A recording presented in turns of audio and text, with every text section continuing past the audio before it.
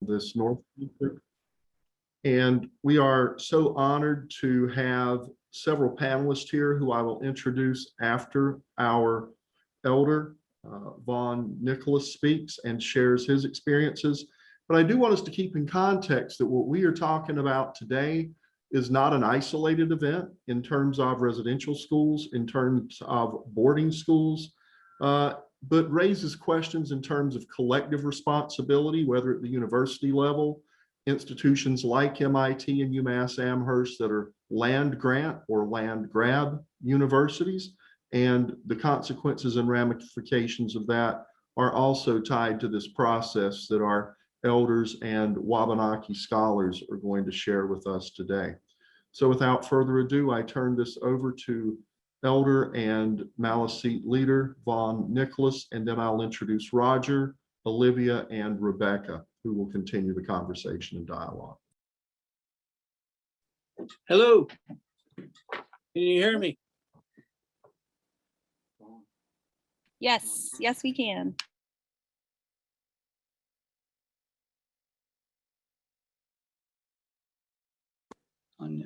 Oh, okay. Okay, I had written some dates and historical facts about residential school, and I wonder if you wanted to hear them, or it'll cut my story a little bit short, but I read my story and it took me an hour to read it yesterday, but it'll be a lot condensed. But here are the facts of Indian residential schools, eh? The schooling of Native children first came under colonial control in 1867 with the British North America Act, which created Canada. After Confederation, making of Canada, legislative responsibility for First Nations people is transferred to Ottawa, capital city of Canada. Thus, the Indian Act of 1884 began the process of developing education policies for First Nation people. The government of Canada maintains control today through policies and funding. The Indian Act was compromised of the following policies: assimilation, segregation, integration, to the dominant society. Anyway, assimilation 1870 to 1910. Missionaries and government to assimilate First Nations people into the lower fringes of the mainstream society. Accomplishing this goal was through the children, part of Indian affairs, through the Indian Act, in order for Native children to be assimilated into the white society. They have to be removed from their way of life of their people. 1884, John A. Macdonald, Prime Minister of Canada, in the House of Commons. I think we must, by slow degrees, educate generation after generation until the nature of the animal almost is changed by the native nature of their surroundings. Well, that's how they thought of us, as animals. 1910 to 1950, change in policy of integrating First Nations children into the mainstream public schools began. The responsibility of the provinces rather than the churches. Per capita grants were still given out by the federal government. But the result of this change, thousands of First Nations children were now forced into public schools. 1879, Davin Commission visits several Indian residential schools in the United States, boarding schools in the United States that are already in operation. 1913, 1932, Duncan Campbell Scott, Superintendent General of Indian Affairs, Our objective is to continue until there is not a single Indian in Canada that has not been absorbed into the body public. And there is no Indian question and no Indian department. 1879, if anything is to be done with the Indian, we must catch him very young. The children must be kept constantly within the circle of civilized conditions. 1895, enforce English only policy. So as long as he keeps his native tongue, so long will he remain a community apart. If it were possible to gather in all the Indian children and retain them for a certain period, there would be to be produced a generation of English-speaking only Indians, accustomed to the ways of civilized life, and the Indian problem would be solved. When people got to vote in Canada, in 1928, white women were able to vote. 1948, the Asian people got the right to vote. 1960, First Nations people finally got the right to vote.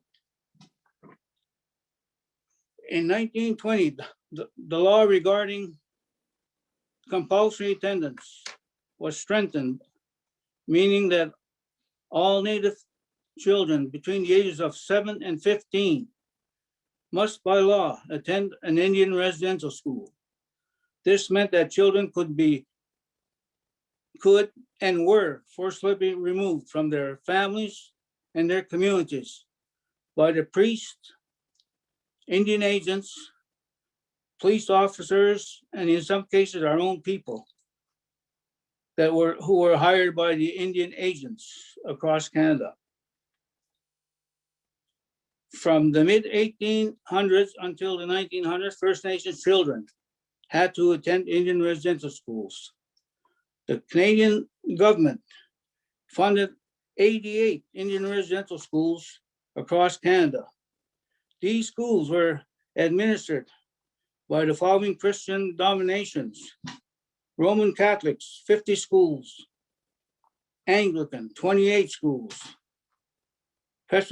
Presbyterian United, 12 schools. And I just wanted to give that head start of my story. In 1955, I remember Happy Life here in Topic First Nation. Lots of laughter. There was no abuse or no hitting or anything like that in my family. Lots of laughter. It wasn't until I attended my first year of school in Indian Day School on Topic Reserve that I experienced the beatings from the nuns, because we were speaking Malsi, and because we did other things that they didn't like, that they punished, all the students that were there, So, and it was about this time my mom got sick with tuberculosis, and she was sent to a sanatorium in Saint Basile. And then my dad was taking care of us, And then he was working, and then he had my grandmother look after us 3 kids, Wayne, myself, and Iris. And we were just young and was too much for her, So we ended up living with my Uncle Pete and Aunt Jeanette and their kids. They had 4 or 5 kids already, and my dad didn't want to separate it. So they watched us for a while until they no longer could, And then it was my aunt Eva Buckham, we called her, right? She was a widowed mother with 4 kids, and she took care of us for a while, you know. So anyway, with that, the government of the Indian agent and the chief and council, and people were complaining, Louis is drinking, not looking after his kids, you know. And then they decided, I guess, to send us to Shoop Natty without us knowing it, you know. And then the fall of 1955, my Uncle Tony was on leave from the armed forces, in the time of Korean War. He had a car, so my dad asked him to take us to Shubi, So here we were on our way, you know, we thought we were going on a trip. Took forever, no Trans-Canada in those days. We got to Shubi in the dark of night, I'd say about 10 o'clock. Pitch black, and we parked in this great big humongous building. Right off the bat, my sister Iris started getting anxious and, you know, and didn't want to go in and stuff like that. And she started crying, And we walked up the steps and met the priest and the nun. And Iris was crying already, and we tried to calm her down, stuff like that, So, but we couldn't. And then my dad, as you got done talking to the priest, he came over to us, said goodbye, and then leaving us. My sister Iris was uncontrollably upset, crying, and so our dad was walking away, and we started crying, Wayne and I. And he walked outside.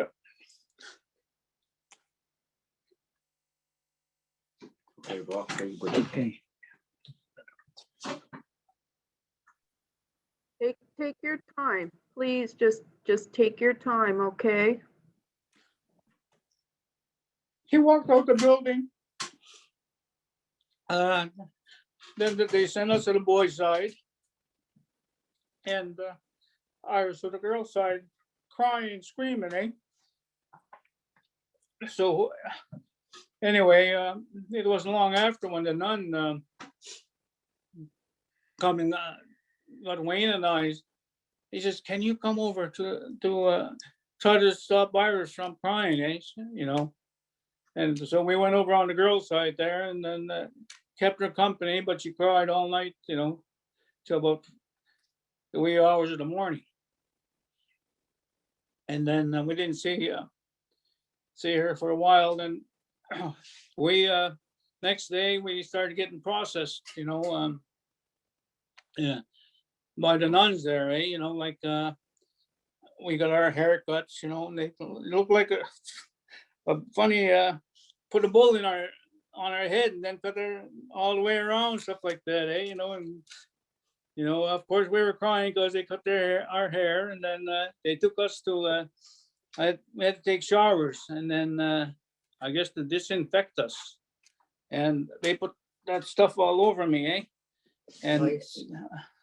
To get rid of the lice? I don't know what, but anyway, they wanted to get us clean. But anyway, that burnt, you know, and now here I am taking a shower, crying, stuff like that, you know. And then we got our school clothes. They gave me a number, and the number 41. And, you know, that put on my clothes, you know, yard clothes, school clothes, you know, clothes for every day, Sunday schools, you know, stuff like that, you know, special and stamped on our shoes.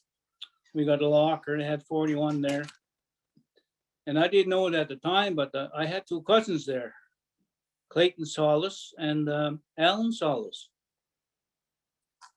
And they must have been there for quite a while. I just don't know how long they were there, but they weren't able to speak Maliseet, you know?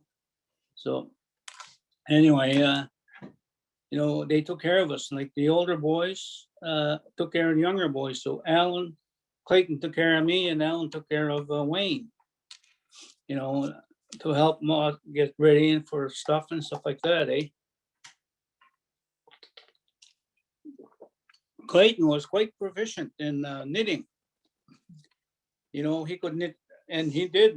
And when wintertime came, he didn't knit us mittens. He knitted us socks, scarves, and then bonellos, you know. And he did that for us, you know. Anyway, first time I seen Iris, you know, I used to see her in church, stuff like that, but you couldn't wave or do nothing in church, eh? Because the nun was right there, ready to smack you if you misbehaved. But we were going to refectory. We had our meals.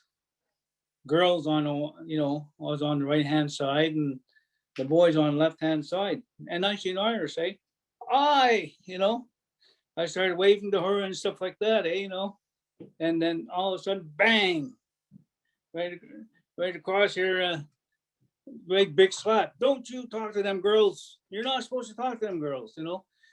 And here's my sister, you know. We grew up together, played together and stuff like that. And then here they're not allowing us to even talk to her or even wave to her or say hi to her. Anyway, you know, we had our meals there, you know, and the porridge they served, I don't know what it was, but it wasn't, I don't think it was edible, but we were forced to, eh? You know, and then, so we had to eat it. And of course, some students, even my brother Wayne, started eating it, and he could take it. You know, he ended up vomiting, you know, into his porridge. And the nun come over there and started hitting them, you know, for doing so, eh? And then he said, "You finish that," you know, and everybody did. Had to finish eating their meal, you know. And it happened not only to us, happened to all the kids there, you know, that couldn't stand. And it wasn't later in life when I found out that they were doing food experiments there in different residential schools, and Shuby was one of them. You know, how people react if they're lack of nutrition or whatever it is, eh? You know, after certain foods are given in you know, in that time period. You know, I said 55 to 62 I was there, but anyway, on the other incident, I guess was maybe a week or a couple of weeks into when I was there, eh? You know, like we were up in the Fort dormitory there, eh? You know, we had 45 beds, and we get ready for bed. We had said our prayers, you know, and we changed into our nightgowns. We're all bare-assed, you know, in the underneath nightgown. And the nun left their dormitory. Then we heard the door close and stuff like that, eh? And the lights were out. And it wasn't about 5-10 minutes, you know, when these two boys, not too far from me, maybe with 2-3 beds next row over, they started talking, you know, and they were talking there for about 3-4 minutes. All of a sudden the light goes out, you know, comes on, and all of a sudden I hear this nun going, rushing to she zoned in on the right guys that were talking, eh? And she told them to get out of the bed, you know, lift their nightgowns, and she had a hardwood stick there, you know, and beat those two boys, about 10 hits, you know, and bang, bang. It wasn't a spanking, it was a beating, you know, and these guys were crying, screaming. She wouldn't stop till they got their 10 hits. I witnessed that.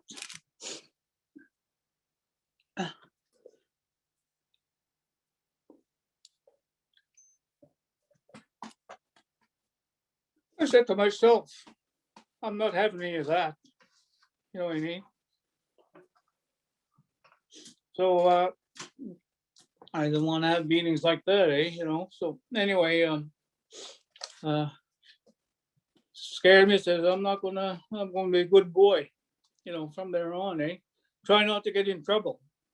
It was impossible, you know, for when you got 70 or 80 boys there on one side, maybe the same number of girls on the other side, But anyway, you know, you get pushed around, you get beat around, you know, you're in line, you get pushed, and you know, you're out of line, so the nun comes over, bend over, and stuff like that, and there goes the strap.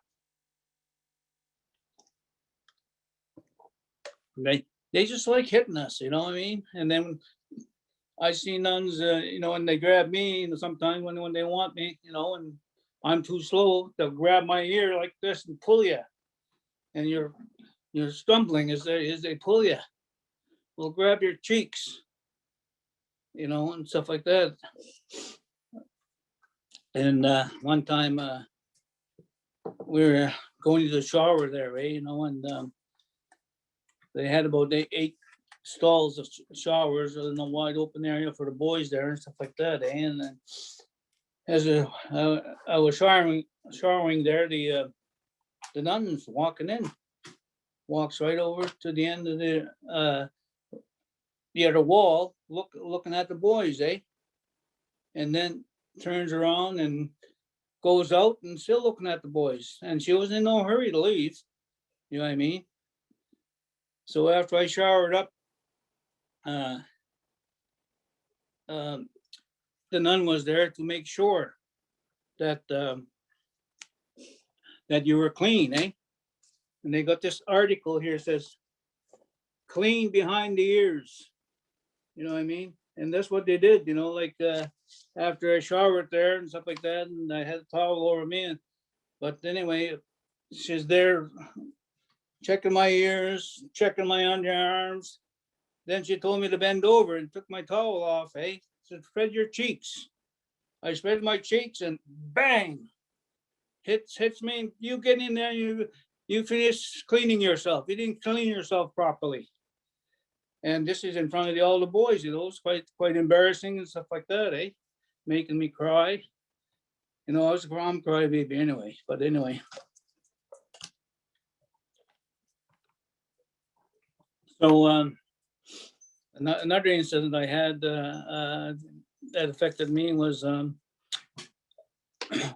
getting in the classroom, They were mixed with the girls and the boys in class together, So the nun was already at the desk, and 3 or 4 of us were talking, you know. So the nun, you know, we were talking, and all of a sudden, one of the boys said something, and I said, "Holy cow!" And then, geez, I heard the chair go back. I see this nun coming briskly towards me. I didn't think nothing of it, you know. And when she got to me, bang, right straight across the face. And I said, "Oh," so all I said was, "Holy cow," and then slapped me again, you know. And when they did that, it was no light slap. It was a hard slap, making kids cry, and they worked on the little kids, But anyway, making me cry. He said, "Don't you say that again, because cows are sacred in certain parts of this world. That is just like taking the Lord's name in vain, you know." And how's an 8-year-old boy know about cows being sacred? And different part of the world, eh? My grandfather, my grandmother had a barn. They had cattle, they had pigs, and they butchered them, and you know, we had them to eat. You know, I didn't think it was that big a deal, but to her it was. You know. Anyway, that was something that I'll never forget. You know, and anyway. In class, there was we'd have to stand up and read, There was this one girl reading a book, and we had to read to her maybe a paragraph or a page or whatever, a couple pages. She's reading there, and then she wants to be excused, wants to go to the bathroom. And the nun says, no, you got to finish your reading, stuff like that, And she's squirming already, And she ended up peeing herself in class in front of everybody and started crying, So the nun goes beat on her for doing what she's peeing herself, And that not only happened to girls, but it happened to boys too. I remember several boys, that had problems with wetting their bed and stuff like that, and being nervous, I guess, and peeing themselves and get punished. So another time, my brother Wayne, he must have had a stomach virus or something like that, and he ended up messing his pants, couldn't make the toilet, And the nun seen that and started beating on Wayne, my brother, because of his accident, And I seen it, and I went over there, told that, try to stop her from hitting Wayne. I says, he's the best. He's the best, so. And then when the nun heard me, say that in the Mel seat, bang, I got beat and stuff like, don't you be talking that language here, So end up beating me and beating Wayne and stuff like that, They didn't want us to speak our language at all, and we did. We got caught a few times, Wayne and I, speaking, and the nuns didn't know the nun was around, heard us, and bang, bang, bang, the straps come in, And then, other boys, so I witnessed other boys, they had the nuns under their robe, they had the ropes here and the clip for the straps. They had them ready all the time, and some carrying their pointers, hardwood pointers, and the nun working in the kitchen carried a big ladle, and I seen her go hit another boy there right across the knuckles. It wasn't just like taps and bang, bang, just to and just, probably to show other kids, if you misbehave, this is what's going to happen, And there were, whoop, time's up. Oh, I don't know. I see. No, not at all. You have up Okay. till 12:45, Vaughn. Yeah, keep Okay. going, Vaughn. Don't worry Yeah. about that. Yeah, but anyway,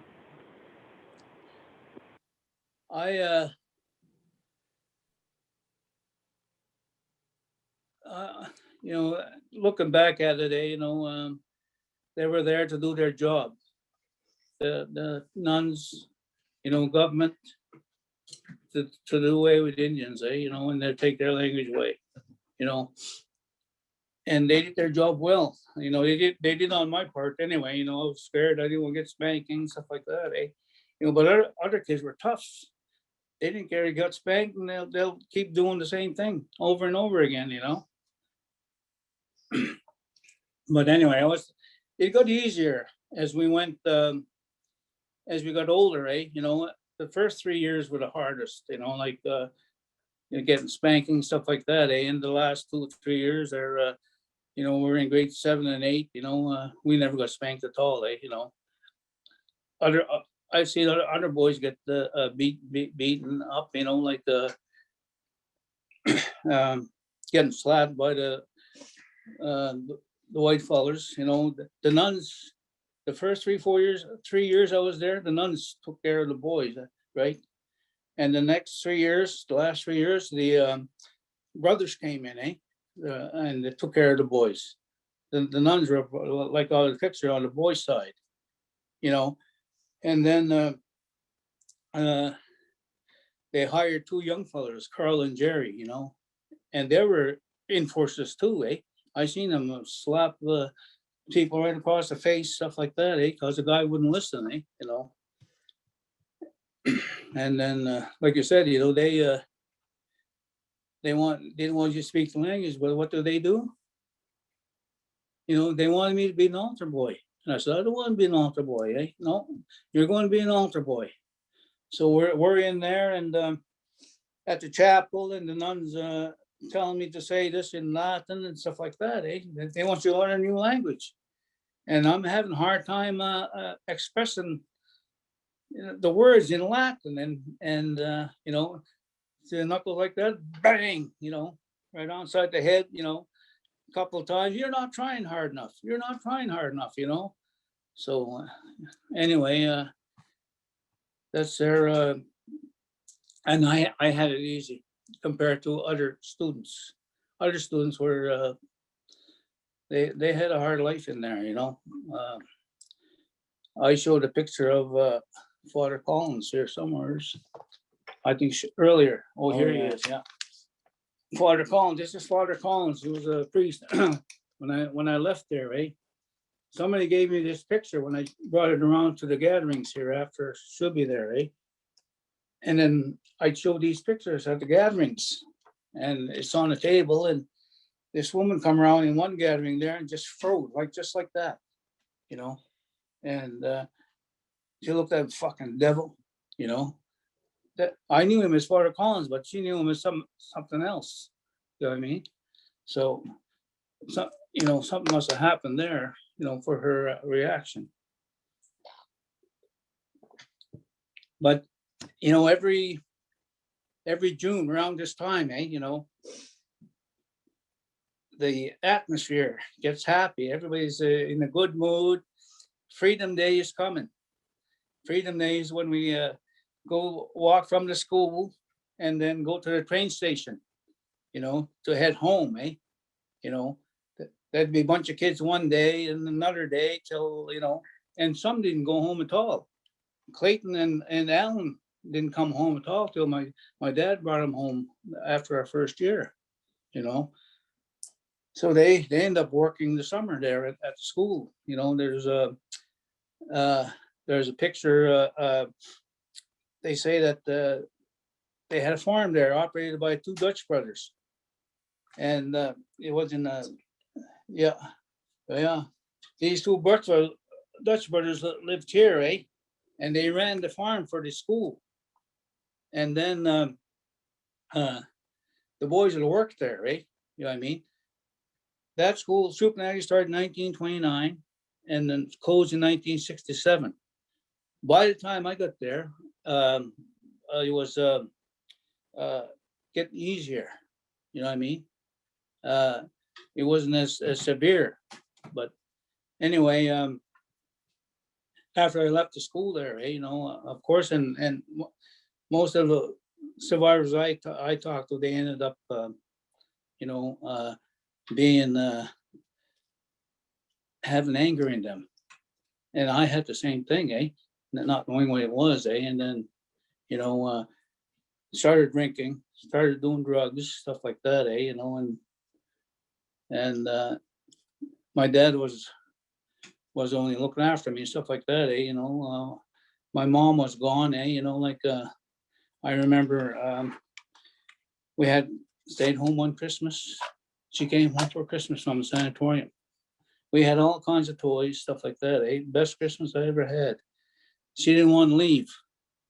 She said, I know, but there she was forced to. The police came even to tell him to, Bonnie, you got to go back to the sanatorium, And he said, next time I come home, I'm going to come in a box. True to that fact, June or July, Cookham used to call, and Patty at your dad's place, your dad had a phone and your mom and stuff like that, eh? Not too many people had phones there, eh? So they called your dad and they called Gookum over, eh? Then Gookum came over to her house and I was there and I heard her say, you better call Louie. You know what I mean? Get a hold of Louie. And I didn't know it was my mom at the time, eh? But anyway, they got a hold of him and then, you know, she died. She was only 33 years old. And didn't grow up with a mom. But I had some good people that took over, you know, like my grandmother, mom, Uka, you know, they all helped out, you know, when my dad wasn't around, eh, you know. And then, well, it's Q2.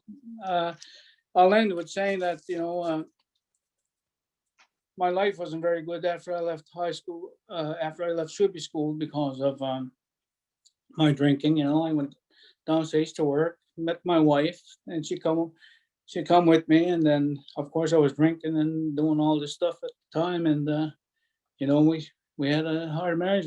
We had a son there, born in 69, 72, Corey, and our daughter Bonnie, 79, eh, you know. But we had a rough marriage. We got married December 7th, you know, 1968. And December 7th is when the Japanese bombed Pearl Harbor, right? And I always joke around just how our marriage was like a war between Bernie and I, eh? And but anyway, she finally gave me the ultimatum. You sober up, or well, they did leave me. She went downstairs with the two boys and stuff like that, eh? And then after a while, we got back together, and it says, well, you got in order for me to come back, you got to stop drinking. That was in 1975, and then I did quit drinking, stuff like that. I stopped beating on her. I stopped really beating on the kids and stuff like that. I still had that anger in me and stuff like that. Not till later when we start having these programs, Healing Begins and stuff like that, eh? That I didn't know I was really how much traumatized I was. You know, I blocked it out for a number of years, not thinking about it and stuff like that, eh? But then Corey committed suicide, 1990, 17 years old, you know. And I think it's because of how I dealt with him, you know. I think I learned for them to behave. I learned what I learned from the nuns, just to beat them. And I did that to my boys, and I did that to Bonnie too. You know, till she was in grade 12. I said I wouldn't hit you no more. You know what I mean? And that anger got away, you know, and after a while I felt good, you know, that knot inside of me was gone. And I've been sober since 1975. My wife is still with me after 53 years, you know. Well, it'll be 53 this year, right? Yeah. Tough woman. But like I said, we got a short period of time, and I think that story, I had a lot more in there, but you know, I just wanted to give an idea how it affects people after they leave. Well, anyone? Yeah, yeah. All of them? There was some No, that joined yeah, after? yeah. John, I wish we were in person and we could give you a great big hug, my friend. We really appreciate all that you've shared, your pain, your tears, we've cried with you, and also the hope that you've brought into the space as well. Thank you. I feel richer for having been here and being part of this. I'm honored to bring other members of the Wabineki people into this space. Olivia Moore, Roger Paul, and Dr. Rebecca Sock Beeson. Roger grew up on various reservations throughout Maine and New Brunswick, speaking the local Wabineki dialects. Roger's presently working as a Wabineki languages teacher with the Penobscot Nation, the University of Maine at Orono, and the University of Southern Maine. Olivia Moore is of the Penobscot Nation and is a two-spirit community organizer committed to restoring traditional methods of healing through balanced relationships with the earth. She's honored to serve the mission of Wabineki Reach as the co-chair of the board and the communications committee. Dr. Rebecca Sockbeeson is of the Penobscot Indian Nation, the Wapanaki Confederacy of the Tribes located in Indian Island, Maine, United States, and the Maritime Provinces of Canada. She earned a master's degree in education from Harvard University and a PhD in educational policy studies at the University of Alberta. And you can get more details about their bios on the page, which Rachel has set up. And so thank you for doing that, Rachel. But we're first going to start with Olivia, then we'll have Roger, and then Rebecca will be serving the role as respondent, and I will facilitate some question and answers starting at 1:15.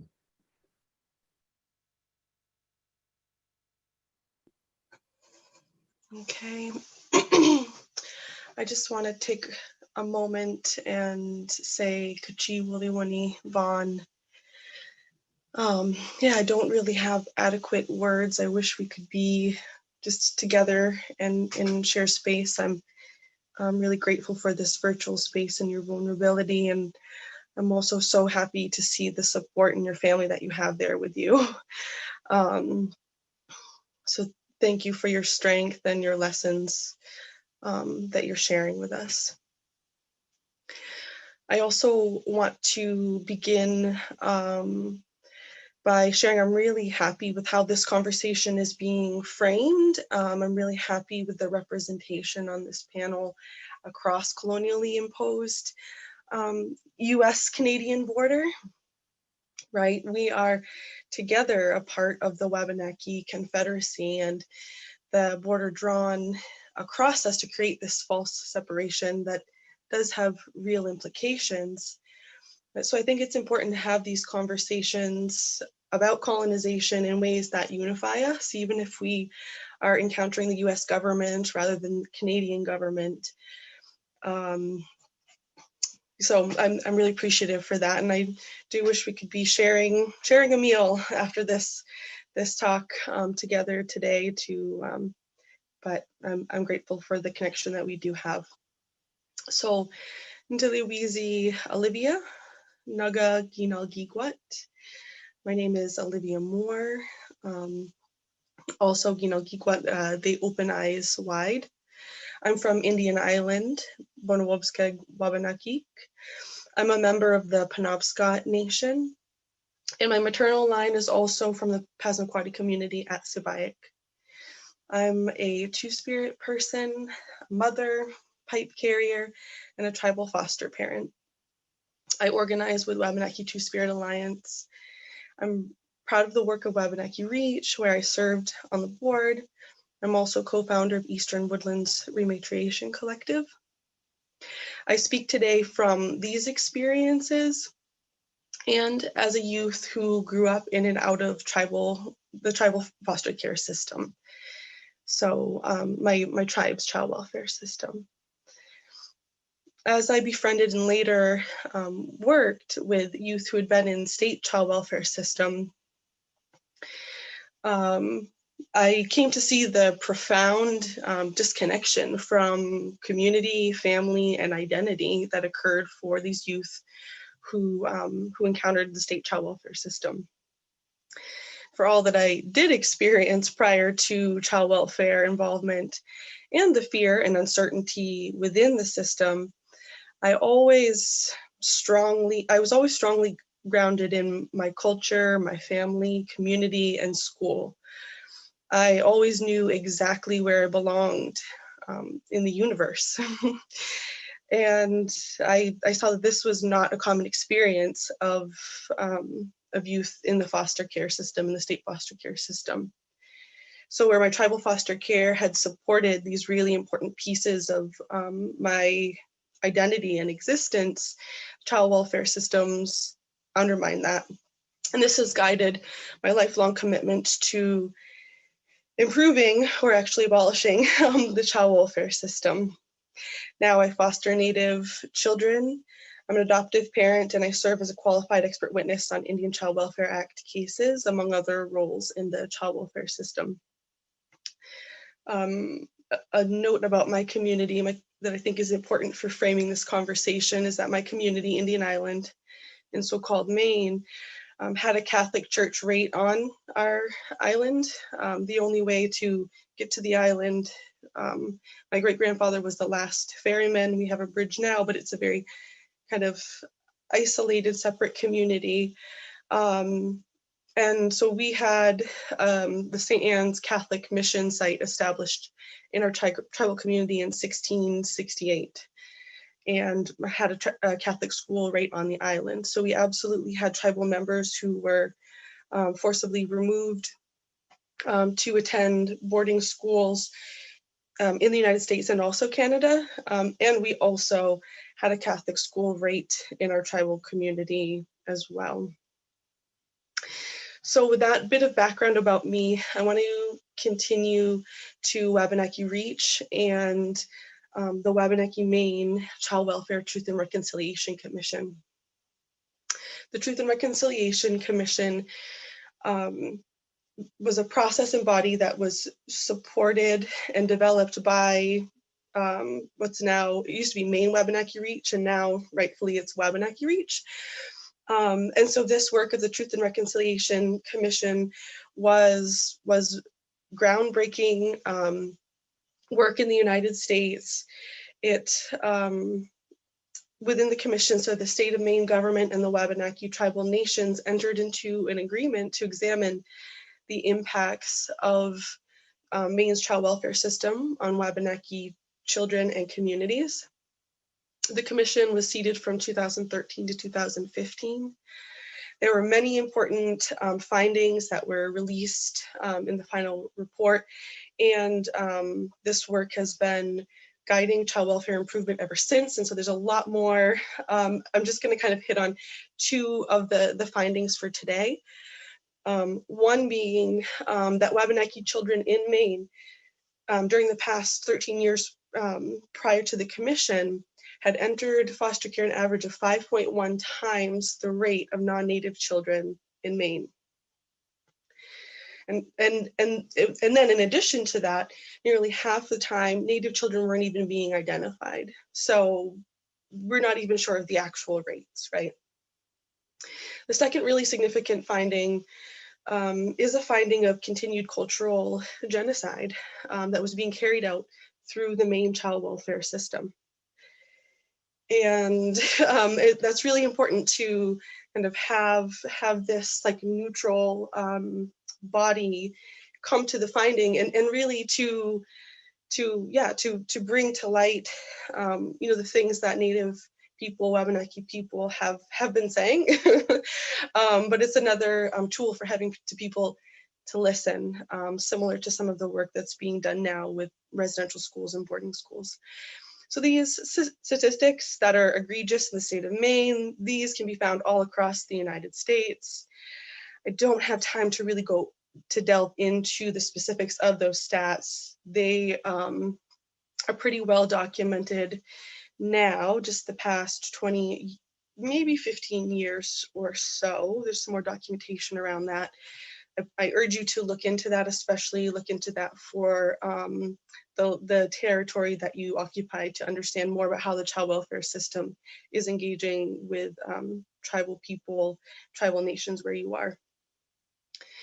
I mean, and Vaughn, so my two kind of like big takeaways, Vaughn, you know, hit on these things in really powerful ways in his offering, but that boarding schools and residential schools are not a past wrong.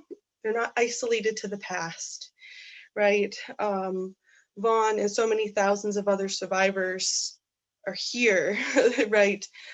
Living directly impacted, in addition to the generational impacts of 150 plus years of boarding and residential schools.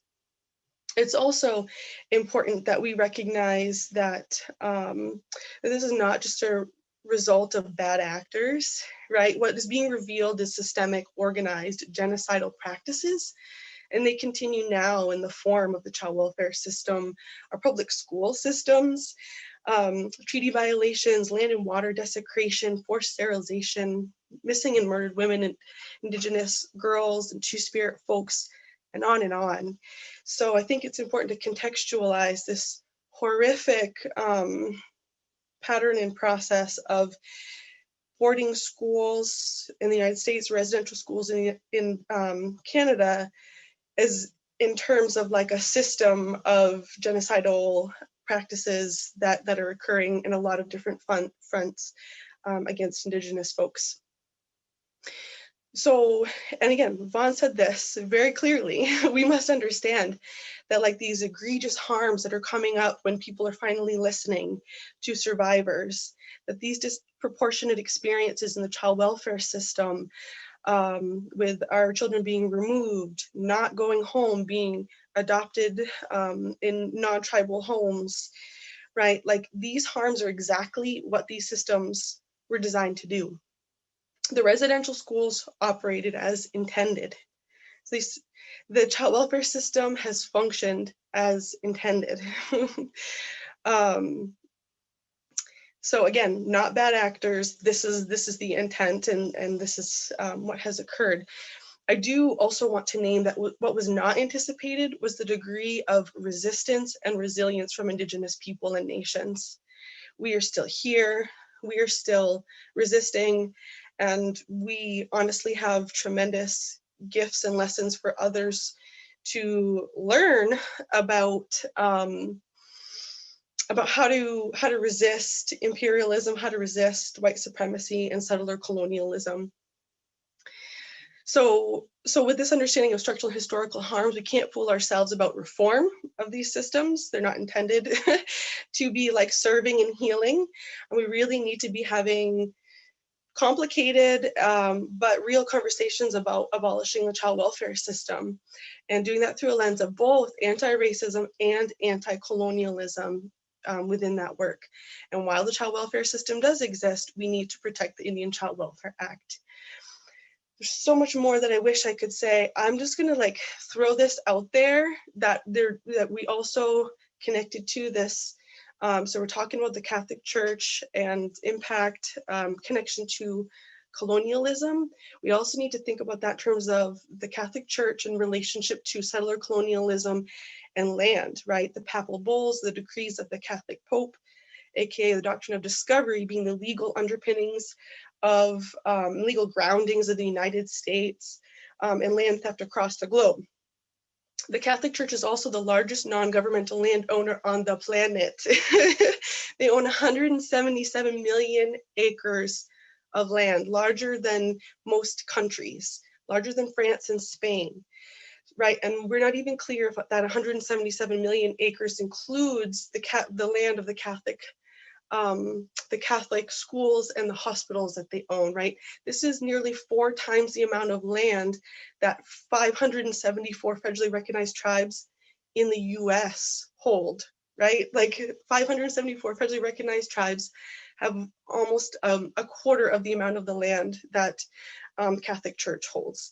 So just need to think about this as a piece of this puzzle, and like really starting to understand power dynamics and how we can really resist. And I'm happy to turn it over. Thank you for giving me space to share in community today.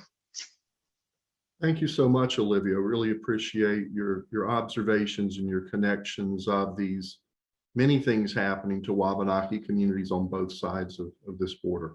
Roger.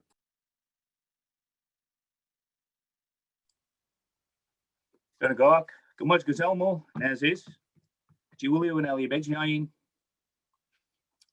I have to just parrot what my brother said. He went through his whole experience and talked about his effect and how he's been able to survive. He truly is a survivor with a capital S, capital all through. my brother Vaughn has been there for all of us as we were growing. I was our dad met another woman in Maine, and we were the ones that were protected so that the younger group didn't end up like the older group did. So Nagaya, I just have to say that I don't need to add anything more.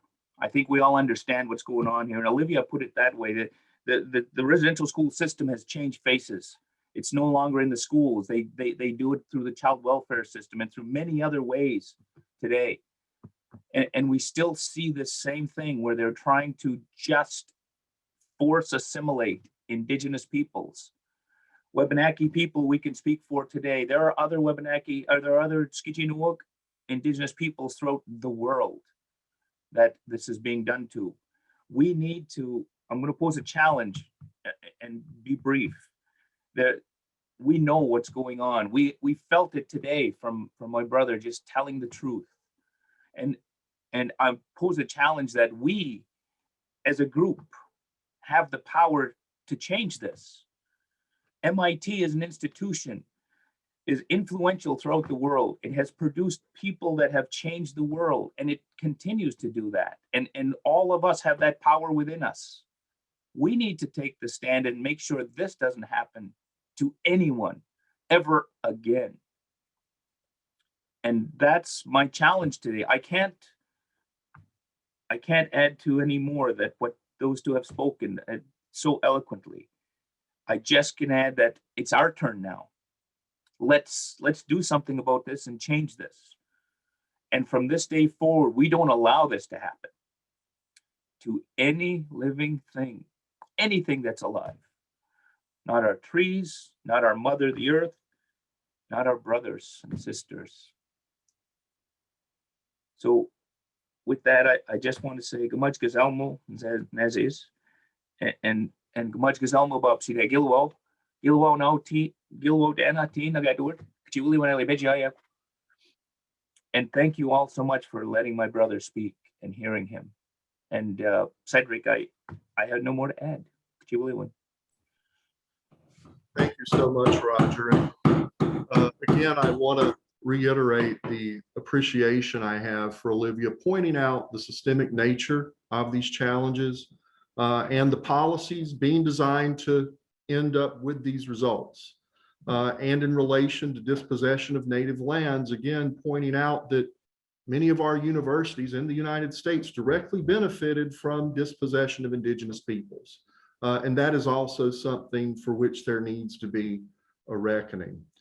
And last, but certainly not least, I turn it over now to Professor Rebecca Sockbeeson.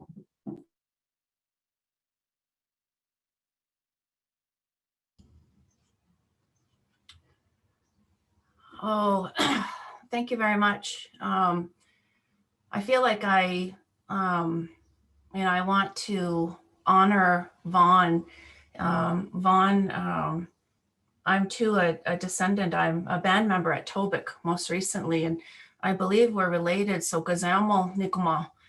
And I want to let you know I've dedicated my life and my work in university to addressing what you're talking about.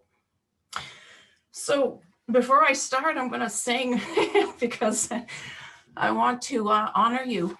And I'm going to sing The Longest Walk, and then I'll be able to, maybe talk about what it is that I have to talk about. But, if any of you, the song, The Longest Walk, it's honors the people that struggle, that have struggled so much in order for us to be here.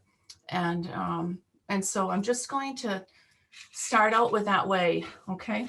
And any of you that, know this song, I just encourage everyone to think in grateful ways to Vaughn for sharing his story,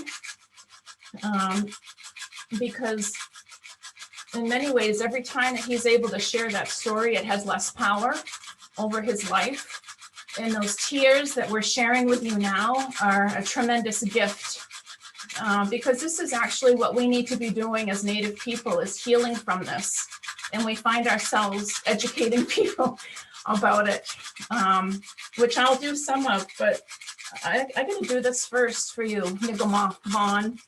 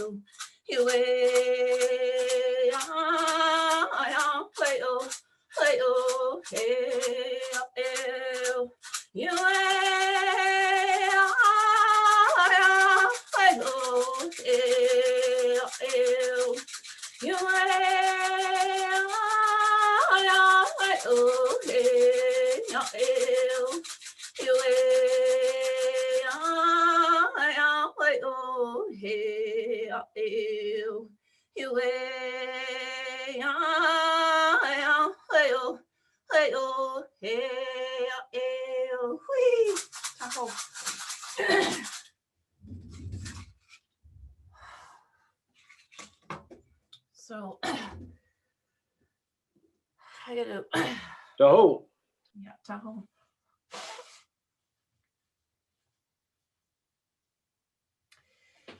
So I'd like to need to share my screen here. Someone can make me a co-host. Can you see that okay, everyone? Yeah, okay. So I've entitled my respondent sort of presentation, Indian Residential Schools and Universities, a call for shifting the burden from survivors to mobilizing the truth.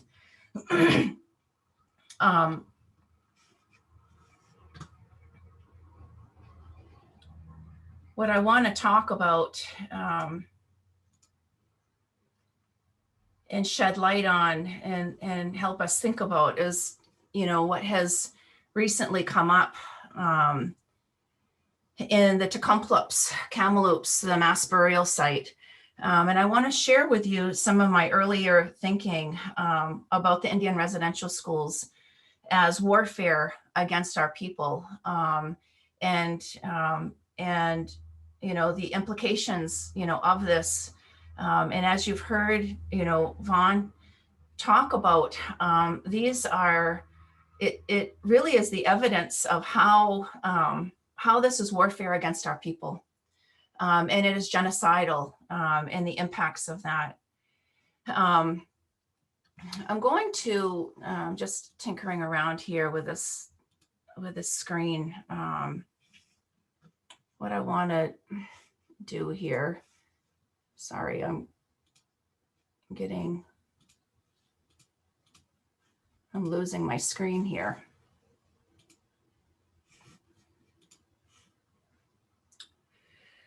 I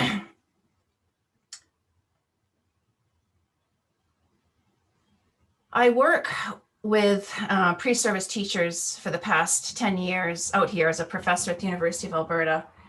And one of the things that I've been doing, and they are having to do now, is take a course, and they learn, you know, they're required to take this course.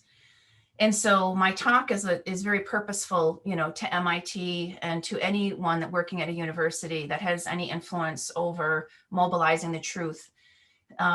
And what we did here at the University of Alberta back in 2012 was to implement a mandatory course, so that in many ways, it's a response to the Truth and Reconciliation Commission's call for teaching about the truth. And so, you know, I want to just start with talking a little bit about the Kamloops people's 215 mass burial site, and speak a little bit about, shifting that burden. So today, Vaughn has given us a tremendous gift in sharing his story. And, there were over 150,000 just in Canada. This doesn't count the United States because the United States hasn't done this type of data collection yet. But just in Canada, because the United States hasn't struck a TRC in the same ways that Canada has. So Canada's TRC identified that there were over 150,000 Indian residential school survivors. And and this is the largest class action suit against the Canadian government in Canada's history. And the Truth and Reconciliation Commission was headed up by Justice Murray Sinclair. That commission interviewed over 7,000 survivors like Vaughn and documented their experiences quite heavily. And the overwhelming majority of survivors have very similar stories to Vaughn's.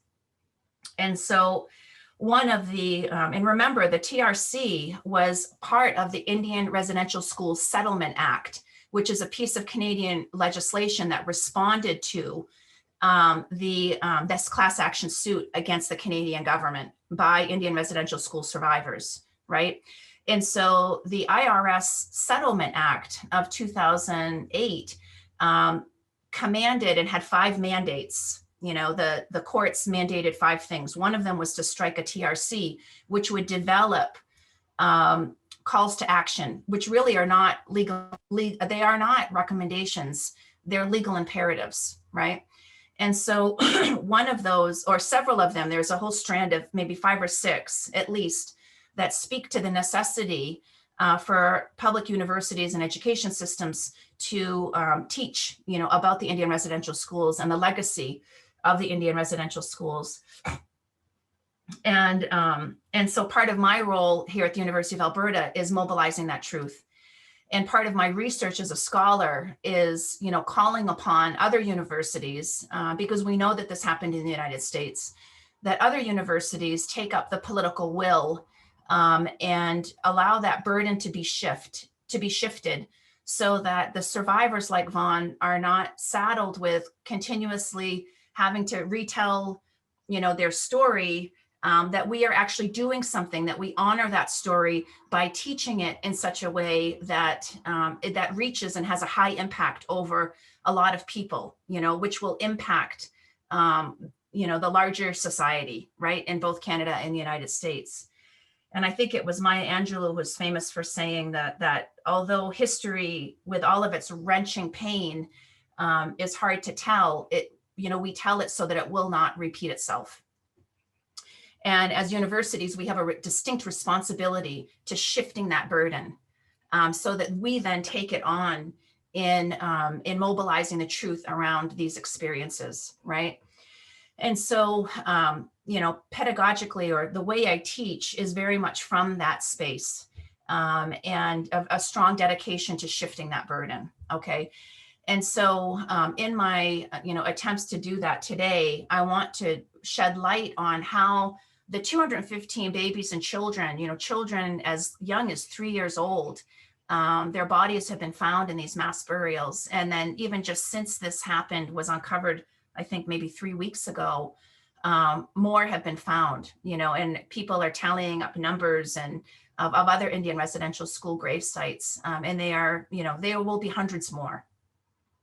What I want to shed light on to you today is the territory that you are on right now in Massachusetts, and the relationship between our people in Massachusetts and Wabineki people, and how, I think Olivia alluded to this and Vaughn explained this too, but the first Indian residential school that became the template for all other Indian residential schools was the Carlisle Indian Industrial School, down in Pennsylvania, down in Carlisle, Pennsylvania.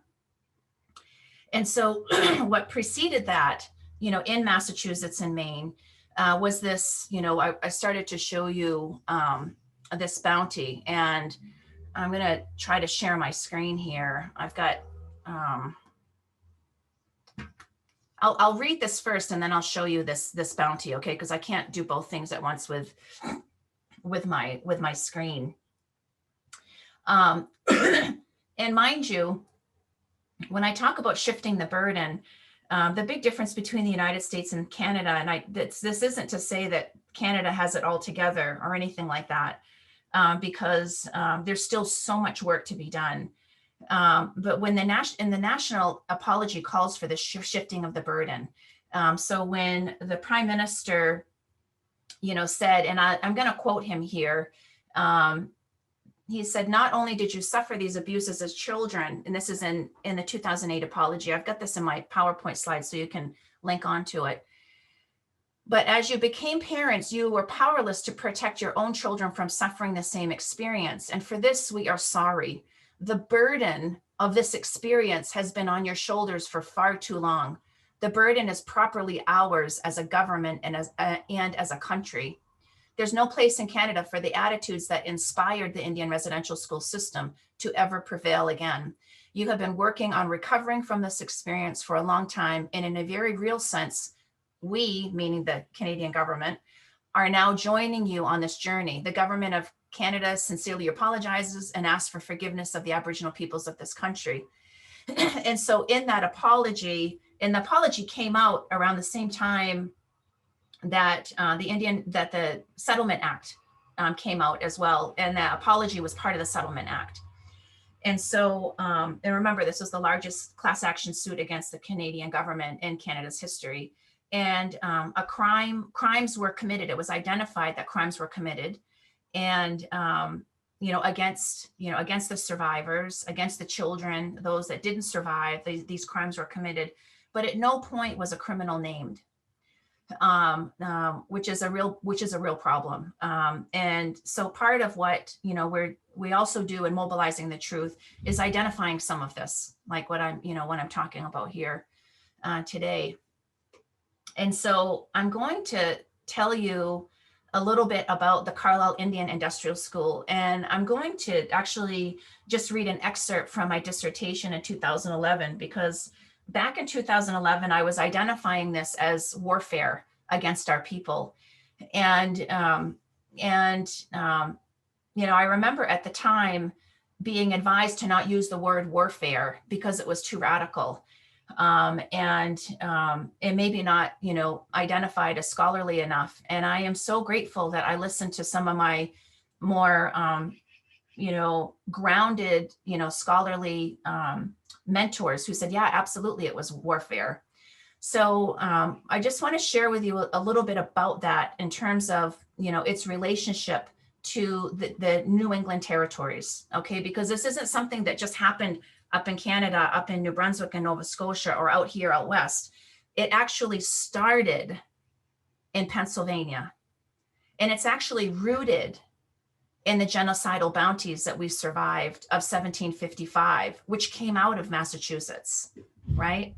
And so I'll show you a little bit about that. But what I want to say is, and Vaughn talked about this as well, Richard Henry Pratt was actually a headmaster of the first Indian residential school in North America. His educational policy, and he was a headmaster, but he was first a military officer. So that gives you an idea of what types of people were running these schools, right? But the school policy was to kill the Indian in order to save the man, right? So it was an intention to totally assimilate the children that went in. So initially, Pratt recruited students by promising tribal leaders that their treaties would be upheld if the children were sent to Carlisle. Eventually, when these promises were no longer believed, the children as young as 3 and 6 years old were kidnapped from their homes on reservations and forced to attend. And as Vaughn has identified, upon entering, their hair was cut, their Indigenous clothing taken from them. They were prohibited from visiting or communicating with their families, often for the entire time that they were at the school. Many children were sexually and physically abused, and their Indigenous languages were literally beaten out of them. The Carlisle Indian Industrial started out with 78 students and quickly reached the capacity of almost 11,000 Native students from 145 different tribes before it closed in 1918. The school became the template for all of the Indian residential schools. So when we hear about the Tecumseh and what happened out here in the mass burial site, what informed that process and that warfare really was what happened in Pennsylvania. Okay, so that Richard Henry Pratt, his kill the Indian in order to save the man, was used by Duncan Campbell Scott, who started the Indian residential schools, and they were colleagues and consulted with one another. And, okay, so an average of 1 of every 10 children who entered the doors of the school died there. While roughly 1,000 deaths were documented at the school, only 186 children were buried in this graveyard. So I'll show you the graveyard, you know, when I pull up my PowerPoint. The original cemetery was desecrated by the recent construction of the Jim Thorpe Gymnasium, a visible statement of an institutional preference for burying the truth about its genocidal history. So in 2003, a nationwide effort initiated by Bonawabskeg woman Betsy Tanian worked in collaboration with the families of deceased students and other former students, led to a plaque being erected at the cemetery. So data on the Carlisle Indian Industrial School and the Wabineki was compiled and used, you know, in my research with permission by Betsy Tanian, LSW, and Esther Attian of the Maine Wabineki Indian Child Welfare Coalition for the purposes of training social workers in the state to comply with the Indian Child Welfare Act of 1978. So the school's overt and strategic attempt to eradicate our identity through the indoctrination of white values continues to have a severely negative effects on our people today and communities. This includes low level of language fluency, a particularly devastating impact because our worldview and epistemology, our ways of knowing and being in the world, are embedded in our language. So the initial era of educational policy against our people devalued our own knowledge systems and privileged, elevated even Western knowledge systems. I'm going to go back to my PowerPoint here and share some slides with you and then try to wrap this up here.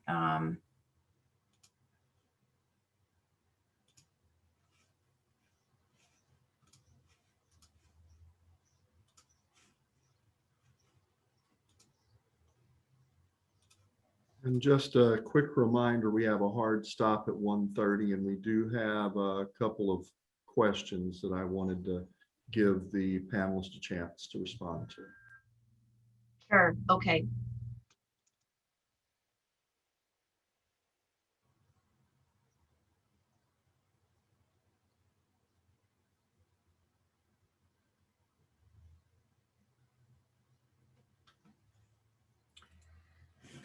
So this genocidal bounty that I'm talking about,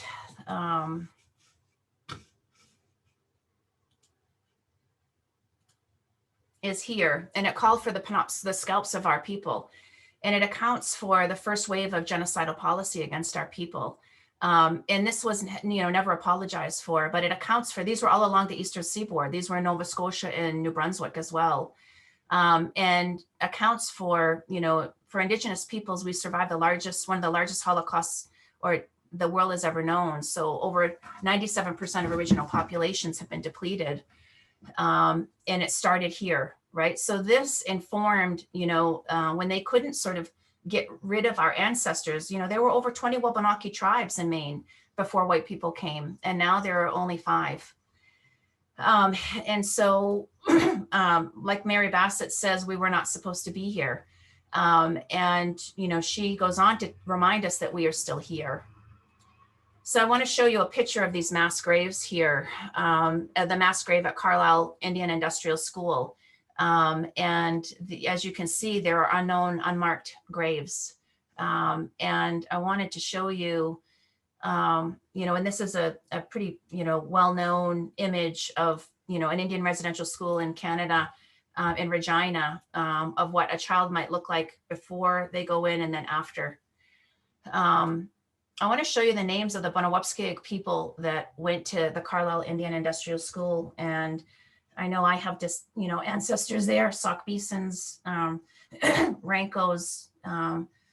There's a lot of Mitchells that were sent there and had, you know, very similar experiences, you know, to what Vaughn has shared with us, because remember, that was the policy that drove all other Indian residential schools. So what our people survived, and Penobscots went in much higher numbers than any other tribe in Maine. These are the names that were documented that are Passamaquoddy, Abenaki, and Maliseet.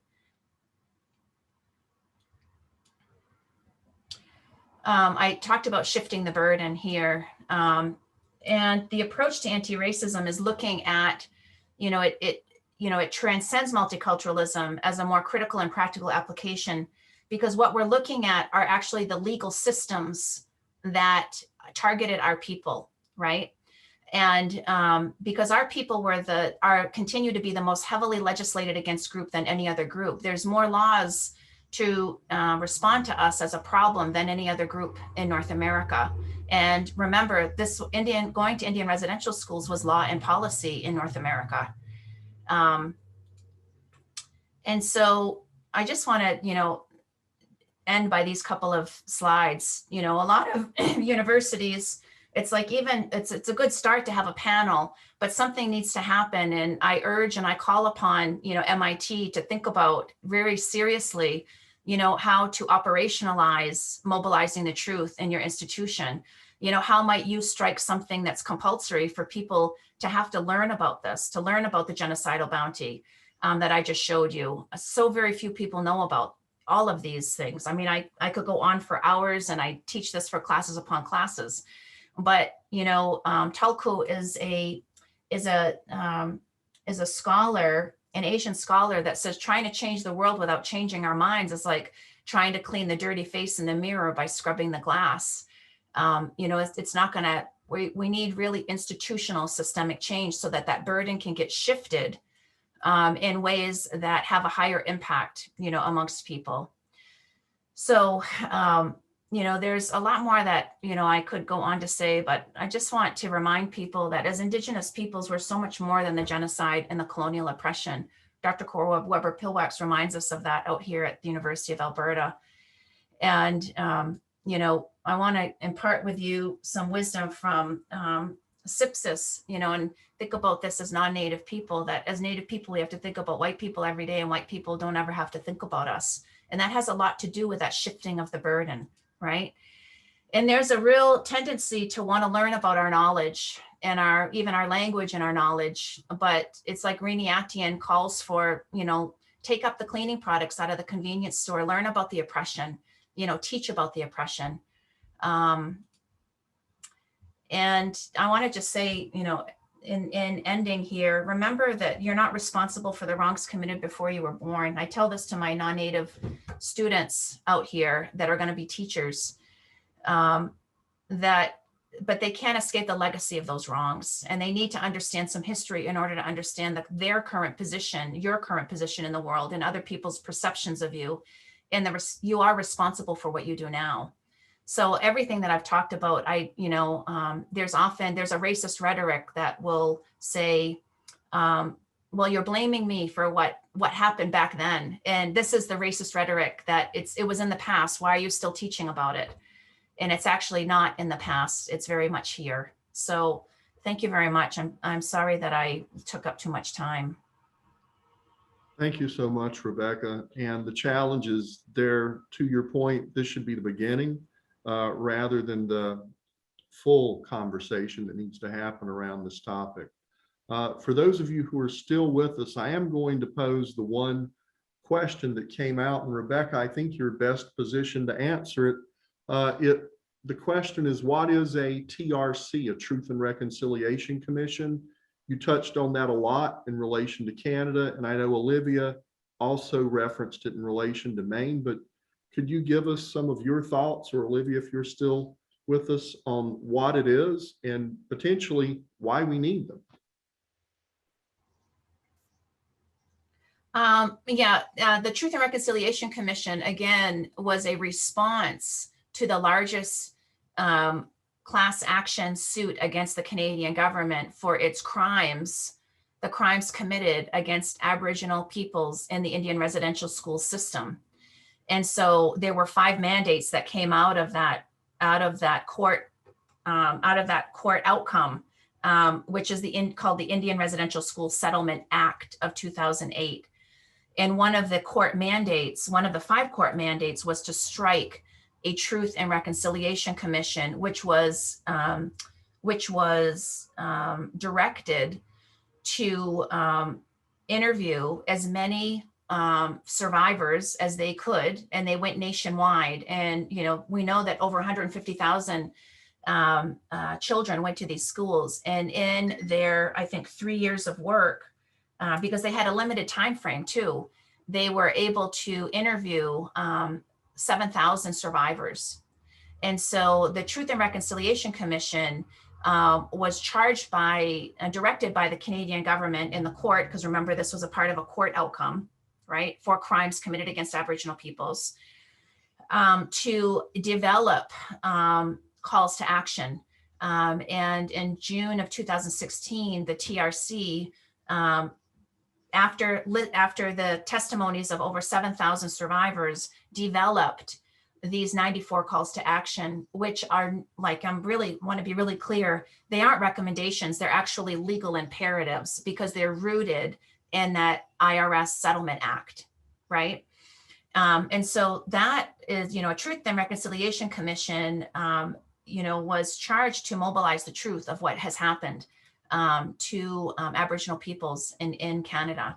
And then there was the Maine TRC. So around the same time, and maybe Olivia can speak more to this, but the state of Maine struck a Truth and Reconciliation Commission regarding the injustices against Maine Indian people in the child welfare system.